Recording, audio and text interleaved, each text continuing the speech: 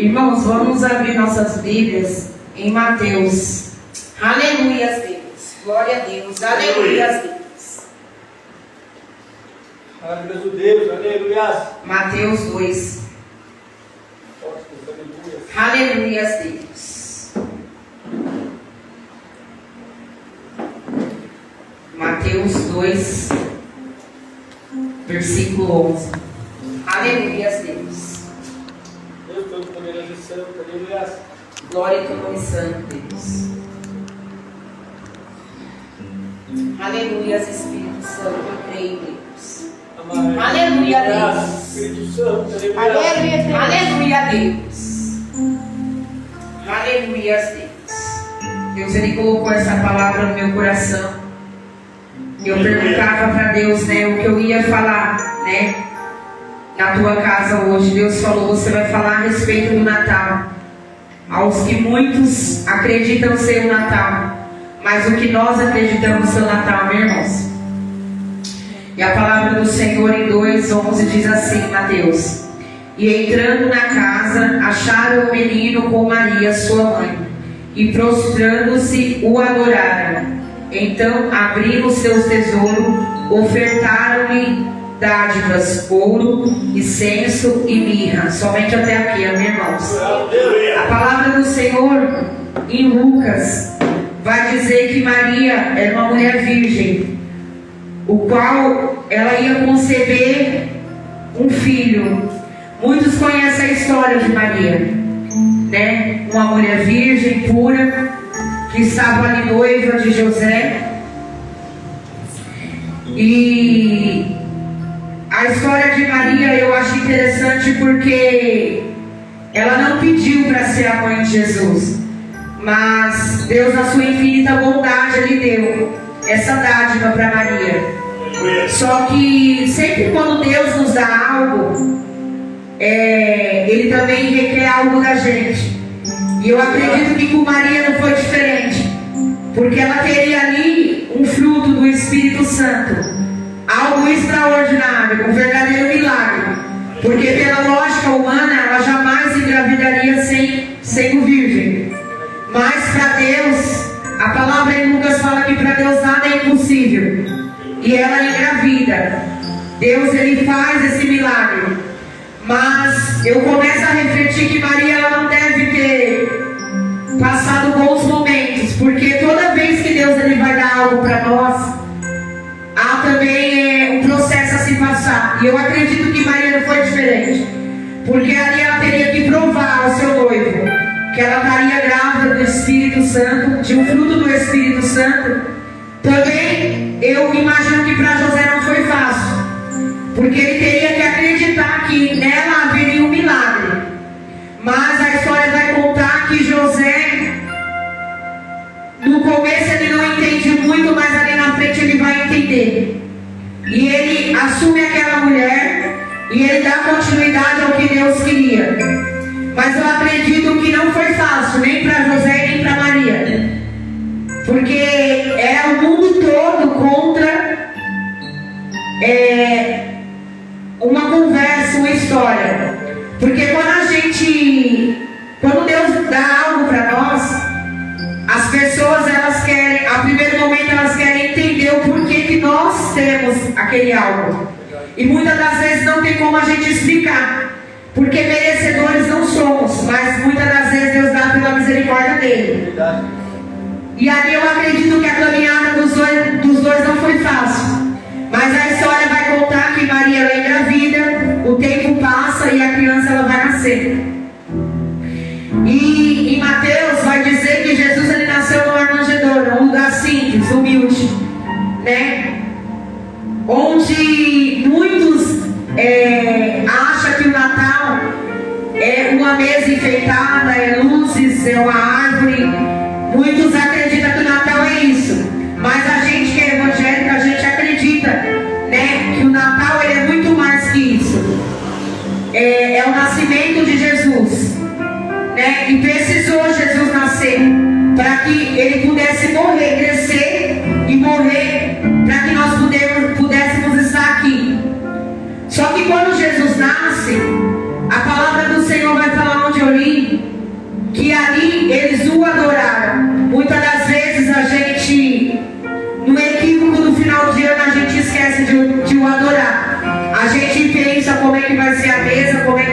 ceia, como é que vai ser a nossa passagem do ano, mas a gente esquece de o adorar. A gente esquece o verdadeiro motivo, né? A Bíblia ela não vai relatar que foi dia 25 de dezembro. É uma data que se colocou. Mas a gente acaba acreditando que o Natal é somente se reunir com pessoas para comer e beber. Só que aquele que acredita, né, o porquê que Jesus veio a este mundo e o porquê que ele veio a crescer, porquê que ele veio a passar tudo que ele passou, né, e o motivo que é para que a gente tivesse aqui hoje, para que a gente pudéssemos ser salvos. Esse é o verdadeiro motivo, né, o qual ele veio ao mundo, né? E muitas das vezes a gente se esquece. Muitas das vezes quando chega o final do ano, muitos sim querem se divertir de outra forma, fazem tudo que podem, que a carne pede, só não adoram, né? E a palavra do Senhor vai falar que ofertaram algo, e a gente muitas das vezes esquece de ofertar algo a Deus. Mal dobramos os nossos joelhos para agradecer mais um Natal, né? E eu estava em casa pensando hoje, eu falei, a gente que é servo do Senhor, a gente sabe que toda vez que chega o final do ano é uma luta, porque nem todos que chegam até dezembro permanecem. Muitos acabam se distraindo, né? Talvez por um minuto de prazer, um momento de prazer. E quando o pastor falou assim, se nós fecharíamos ou não, e a gente decidiu abrir, eu alegrei o meu coração. Porque, como o pastor falou aqui nessa noite, cada um sabe de si. Mas se nós não for viajar, se nós estamos por aqui, por que não adorar? Não que seja proibido a gente passar com a nossa família, né?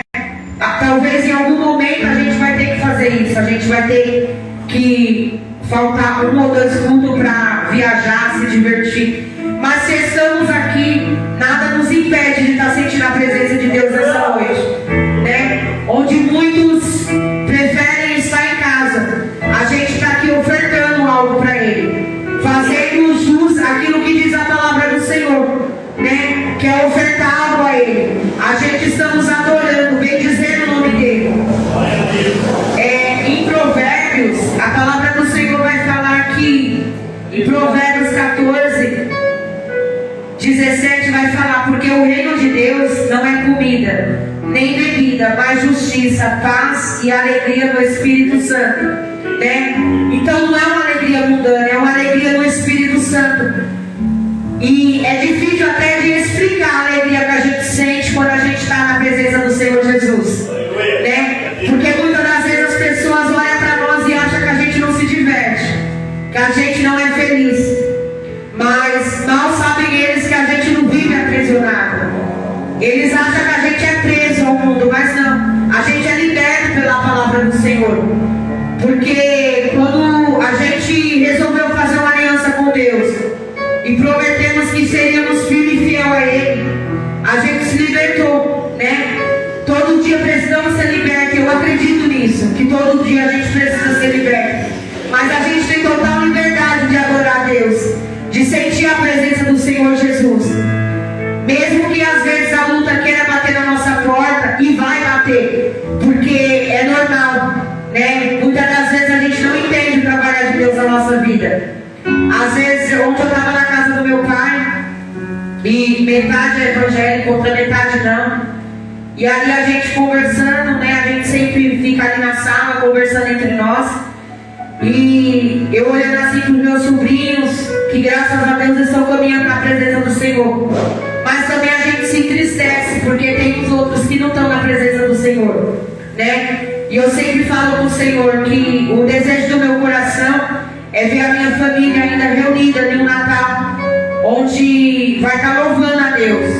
Porque por um momento já tinha sido assim um tempo atrás, mas por algum motivo saiu. E hoje a gente está na luta, orando e pedindo a Deus para que Deus tenha misericórdia daqueles que não têm mais força de estar na presença do Senhor. Mas a gente que estamos, que a gente não venha parar, né? Eu tenho pedido muito a Deus para que esse ano de 2025 a gente venha se despertar, que a gente venha se revestir, que a gente venha criar uma estrutura espiritual, para a gente fazer algo diferente na presença do Senhor. Que a gente não venha só se limitar às quartas, sextas e aos domingos, mas que a gente venha ter ousadia de sair por aí pregando a palavra do Senhor, porque muitos precisam ouvir a palavra do Senhor, né? Eu tenho um desejo no meu coração e eu tenho pedido muito a Deus para que Deus venha me capacitar, venha me dar estrutura espiritual.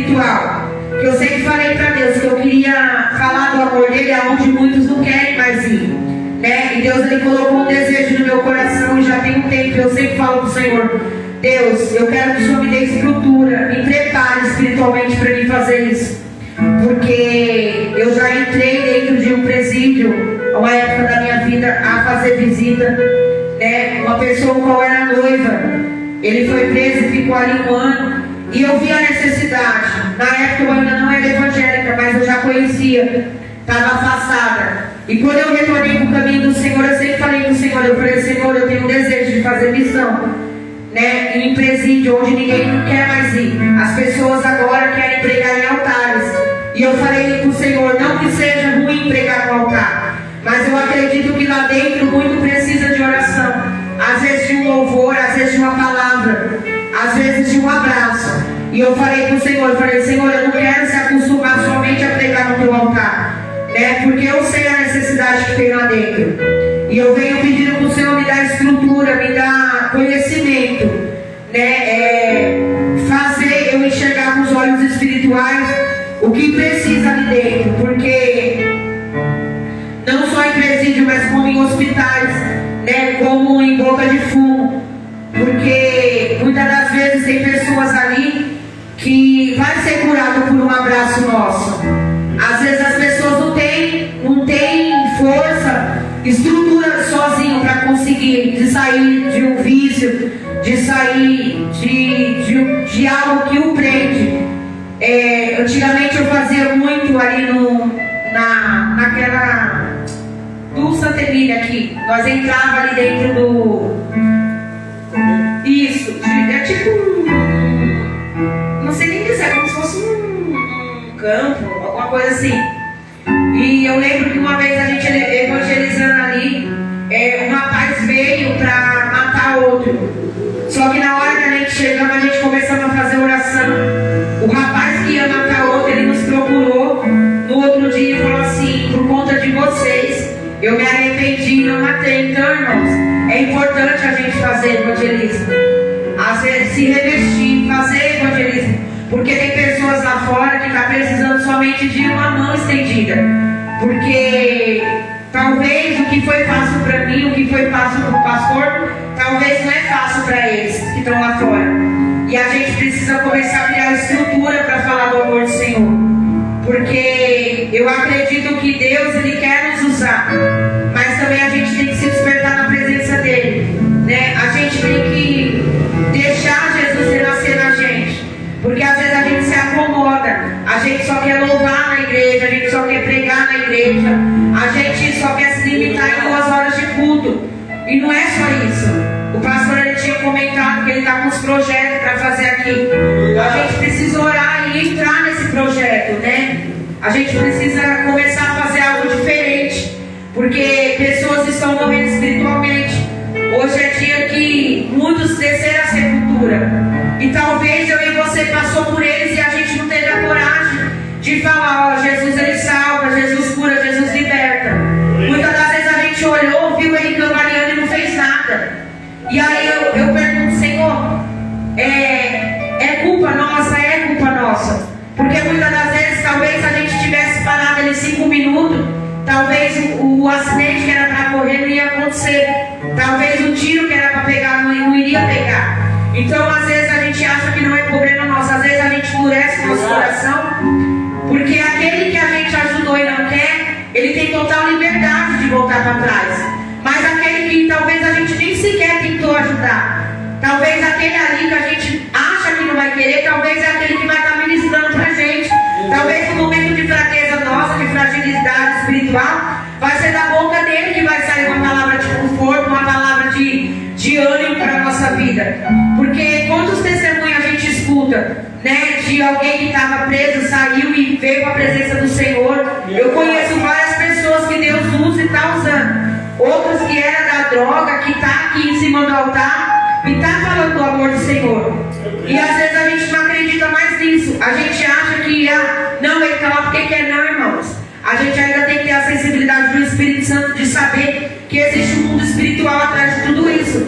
Porque se a gente endurece o nosso coração, a gente achar que está assim porque quer, a gente vai ver as pessoas morrerem, as pessoas, e o diabo levando e a gente sem fazer nada. E eu falei com o Senhor, Senhor, eu não sou assim. Eu não quero endurecer meu coração, né? Eu quero fazer algo para o Senhor, eu quero ganhar almas para o Senhor. Porque um dia também eu estava lá fora, e eu lembro até hoje, que Deus usava pessoas na minha vida, eu cambaleando, bebendo, ninguém dava nada, a família nem dava nada. As pessoas nem acreditavam mais que eu pudesse parar de beber. Vivia só na farra. E Deus sempre colocava um irmão, uma irmã no meio do meu caminho. Até pessoas bêbadas para falar comigo Deus usava. E às vezes a gente vem para a presença do Senhor e a gente acha que está tudo bem, a gente esquece quem a gente foi lá atrás. Que um dia Deus usou também alguém para falar conosco. E que a gente hoje também pode ser aquela pessoa a ser usada para falar com alguém. Porque eu acredito, irmãos, que quando a gente dá espaço para o Espírito Santo trabalhar na nossa vida, eu sei que não é fácil, que a batalha espiritual ela vai vir. Só que a batalha espiritual ela vai vir se a gente fizer ou se a gente não fizer. E cabe a nós querer se firmar com Deus, e a gente precisa fazer a vontade de Deus. Porque a palavra do Senhor ela fala que a gente tem que ir pregar o evangelho a toda criatura. Não cabe a nós querer saber o que ele está fazendo, o que ela está fazendo. Cabe a nós ir lá e falar do amor dele.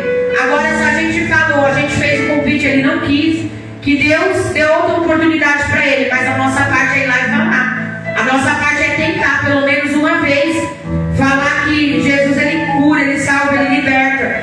Porque quando Deus ele teve no propósito dele de dar um filho para Maria, não foi em vão. Foi para salvar eu e foi para salvar aqueles que estão lá fora também.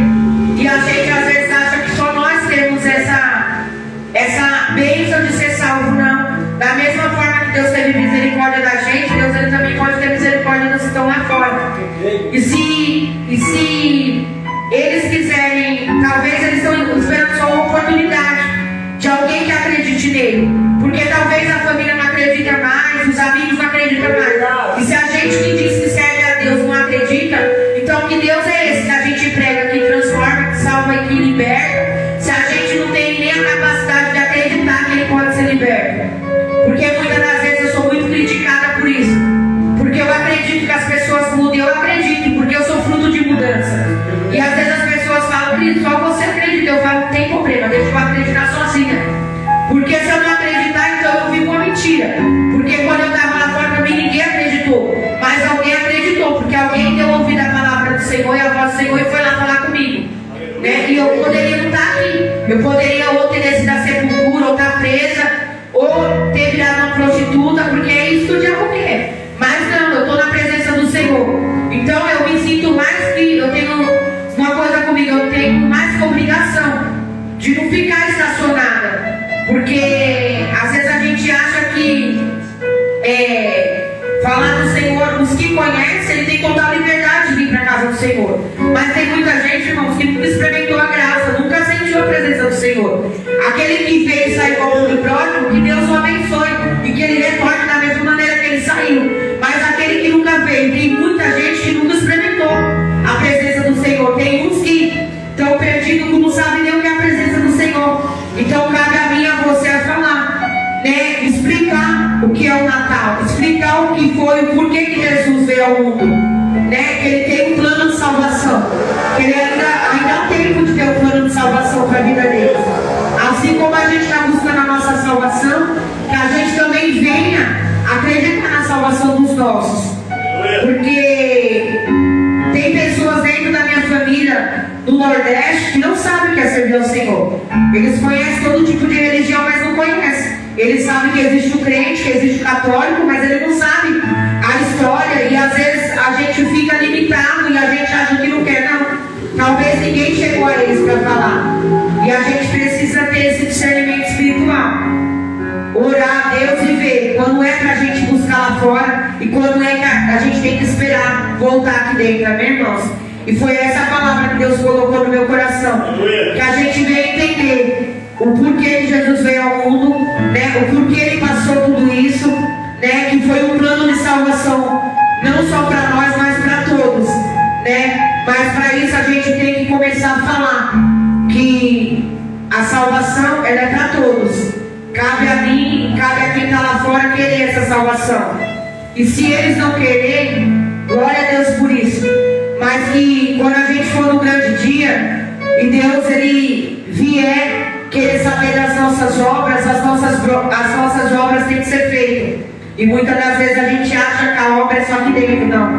A obra é lá fora, né? A gente precisa começar a entrar 2025 no intuito diferente, no intuito de ajudar essas pessoas. Porque o que a gente não está fazendo, o adversário está fazendo e está usando com força, né? E hoje quantos jovens não estão morrendo sem a presença do Senhor? E talvez não é porque ele saiu da presença do Senhor, talvez ele não teve a chance nem de entrar, talvez ele nem ouviu falar, né, que Jesus podia curar. Tem pessoas se matando porque acreditam que não tem mais salvação. Quando meu esposo ele congregou em determinada denominação, ensinaram para ele que não tinha salvação se ele fizesse algo. E por muito tempo ele acreditou. E eu sempre falava para ele, a palavra do Senhor fala que há salvação até quando Deus quer. Que não é o homem que limita a salvação, é Deus. E hoje ele está aí. Talvez se mesmo, eu não estava firme na igreja nessa época. Mas talvez se eu não tivesse falado isso para ele, ele tinha se estacionado e ficado lá fora. Continuado da maneira que ele estava. E isso me desperta, porque era uma pessoa que era conhecedora da palavra de certa parte e de outra não. Então tem muitas igrejas pregando o que querem e não está pregando a palavra do Senhor. E a gente que sabe o que é a palavra do Senhor, a gente precisa começar a falar. Porque também tem muito crente que está cego espiritualmente, que está acreditando que se ele cair, ele não tem mais salvação. Mas a palavra do Senhor fala que o cair é o outro, mas o levantar é de Deus. Então a gente não tem somente que achar que nós caímos e a gente se levantou na presença de Deus. A gente tem que falar assim, que Deus está dando uma oportunidade. Não cabe a nós saber o porquê que Deus deu, vai dar, ou se merece ou não. Mas a gente precisa falar desse amor. Porque da mesma forma que Deus Ele fez a vida do Ed, quantas pessoas não tem? O Ed tem conversado com muitas pessoas e às vezes a gente conversa em casa e ele fala, o irmão tal abriu os olhos, tem um pensamento diferente. E isso é bom, irmãos, porque às vezes as igrejas estão pregando tanta coisa, estão esquecendo de pregar da salvação, estão esquecendo de falar que Deus Ele ainda está com as portas abertas, que ainda há tempo. Às vezes as pessoas têm mais prazer de falar que o irmão caiu, tem mais jeito, do que falar que Deus Ele ainda pode dar uma oportunidade. Aí o irmão que caiu continua caindo ou acaba de se sujar mais, porque não tem alguém que acredite nele. Que a gente não venha ser essas pessoas, que a gente venha ser pessoas diferentes. Se a gente fala que tem a presença do Espírito Santo, a gente tem que ser diferente. A gente não pode ser igual. A gente precisa começar a ser crente que acredite que o Espírito Santo pode transformar uma pessoa. Porque eu falei para o Senhor, se for para mim ser uma evangélica que só vê pecado nos outros e não vê plano de salvação, eu já estou errada. Porque eu não acredito num Deus que só bate, eu acredito num Deus que bate, mas conserta. Um Deus que pode ser que por um momento ele machuca, mas depois ele sara. Amém, irmãos? Então é isso que eu queria falar para os irmãos. Eu agradeço a oportunidade e as palmas ao Senhor.